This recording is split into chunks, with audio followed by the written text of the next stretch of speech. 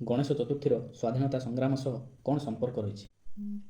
ମରାଠା ଶାସକ ଶିବାଜୀ ମୋଗଲମାନଙ୍କ ବିରୁଦ୍ଧରେ ଲଢ଼ୁଥିବା ତାଙ୍କ ପ୍ରଜାମାନଙ୍କ ମଧ୍ୟରେ ଜାତୀୟତାବାଦୀ ଓ ଦେଶପ୍ରେମ ଭାବନାକୁ ଉତ୍ସାହିତ କରିବା ପାଇଁ ଏହାକୁ ବ୍ୟବହାର କରିବା ପରେ ଗଣେଶ ଚତୁର୍ଥୀ ଏକ ଉତ୍କୃଷ୍ଟ ସାର୍ବଜନୀନ ଉତ୍ସବରେ ସ୍ୱରୂପ ଗ୍ରହଣ କରିଥିଲା।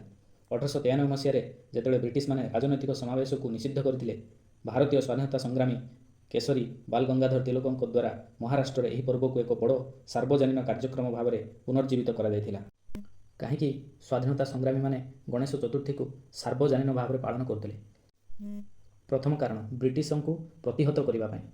ଭାରତୀୟମାନଙ୍କୁ ଧାର୍ମିକ ପର୍ବରେ ଭେଟିବାକୁ ବ୍ରିଟିଶ ସରକାର ବାଧା ଦେଇପାରୁନଥିଲେ। ଏଥିରୁ ସ୍ୱାଧୀନତା ସଂଗ୍ରାମର ଗୋପନୀୟ ସଭା ମଧ୍ୟ ପାଳନ କରିପାରୁଥିଲା।